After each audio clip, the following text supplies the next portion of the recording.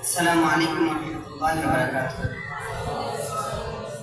All praises be to the Almighty Allah and praise be upon His Messenger Muhammad sallallahu alaihi wasallam.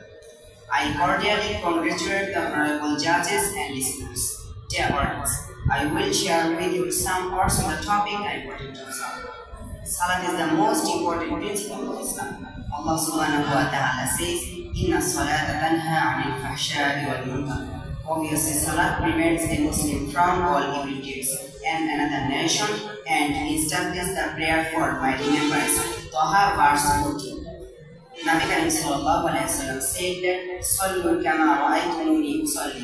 Pray the Salat as you have seen me perform the Salat. The precise rules of Salah are given with point below. Rules 1. Takbir al-Tahrim. After performing wudu from the station, state teaching Qibla both hands up to the level of shoulder, then folding them on the chest after the takbir. 2. Recitation of Surah Al-Fatiha. 3. Recitation of a Qira'ah. 4. Ruku. 5. Qawma. 6. Sujud.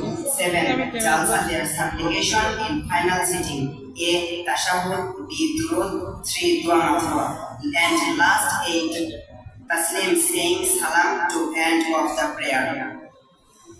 Rasulullah sallallahu alaihi wasallam said, whoever prays Fajr and Asr, he enter heaven. And another nation, Nabi Karim sallallahu alaihi wasallam said that as-salatu miftahul jannah. Salat is the key of Jannah.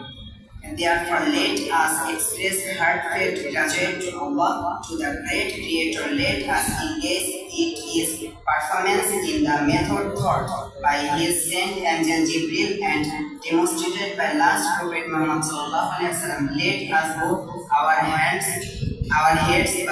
before our legs. So, Salat is very, very important in our life. May Allah give us the opportunity to do so.